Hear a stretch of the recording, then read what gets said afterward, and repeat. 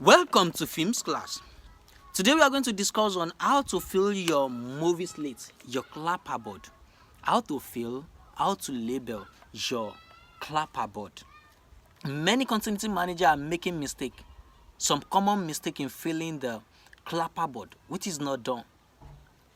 Firstly, if you know you haven't subscribed to this channel, if you know you are new to this channel, kindly click the subscribe button right now and turn on the notification so as to be notified whenever we drop new videos or new tutorial on this channel.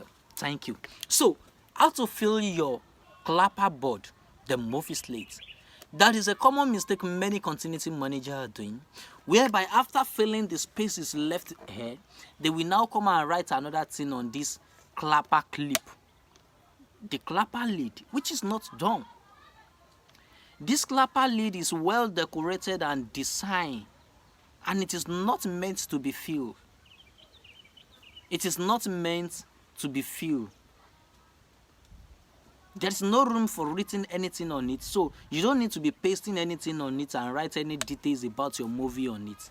It is meant to be a catchy on your production details. So, in filling your clapperboard now, don't forget the previous video we've released on this channel. I've released on this channel before about filling your movie slate. That whenever you want to fill any details on your movie slate, do not write anything on it directly, so as to avoid permanent stain. So as to avoid the stain that will not be able to clean on it again. Remember, in the previous video I instructed you and told you to make use of your paper tape. You paste your paper tape on the space, put your paper tape on the space, then write whatever you wanted to write on it. So now, how to fill your movie slate. Do not make the common mistake people are doing, writing the production title here and then writing the production company here. This place is not meant to be filled.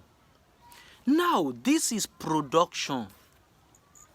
This is production. Write the production title you are working on it. But if you know the production title is very short and the production company also is short, you can write the production title right by, or just strike between the two and write the company as well. That is nothing bad. But if your production title is long, write your production title and leave it. Leave this place. You don't need to fill this place. So after writing your production title, the PROD means production. So, and what you need to put there is the production title. So whenever people are coming across the picture you post on your social media, they know the production title you are working on. And if you still have room at the ends of it to write the company, you can write the production company so as to promote the name of the brand as well. Here you have row. What's the row mean? That is the numbers of time your camera rolls at location. As a script supervisor, you are working on synchronizing of the audio and the movie slate and the sound. So definitely, the numbers of time that your camera and the sound rolls per day, you need to be writing it here. Even if they have to retake, they take a scene, then there is an error there, and they need to retake the scene. Your row number has to increase by 1. If the total number of rows you have on the scene 1 is 5 or 10, and now you proceed to scene 2, you want to go and shoot this scene 2, your row number needs to continue from 11.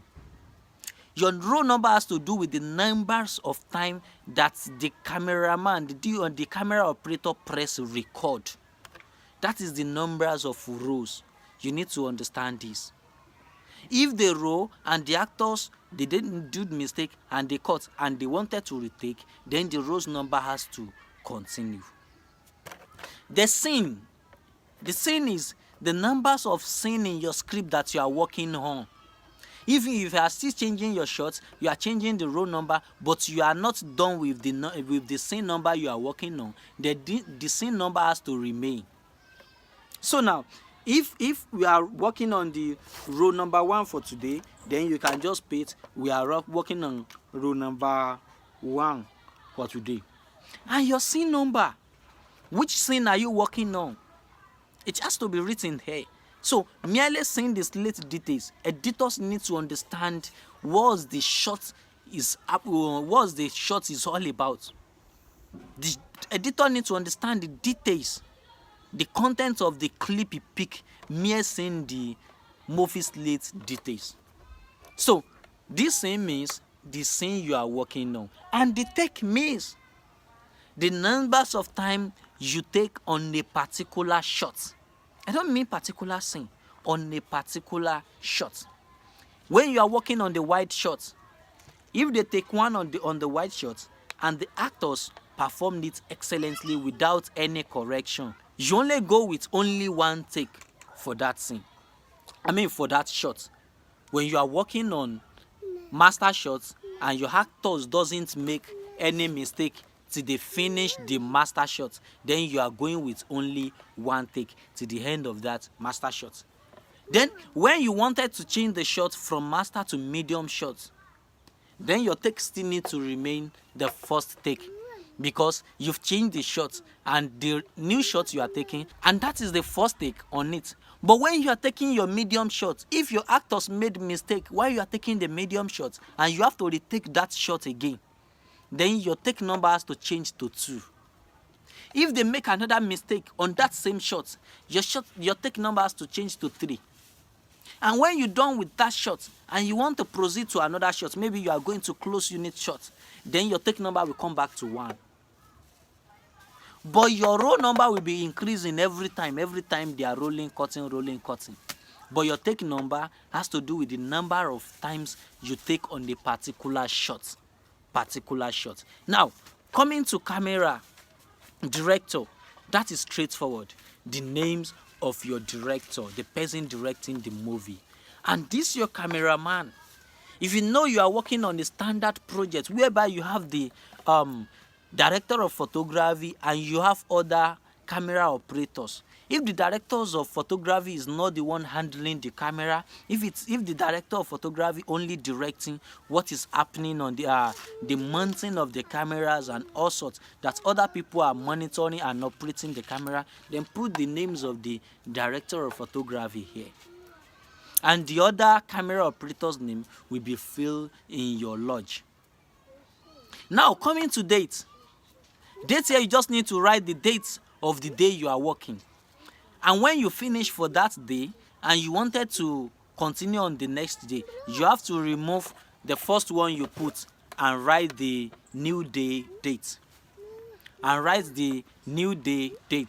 Now, coming to this synchronization page. Yes, this place, it is bunchy.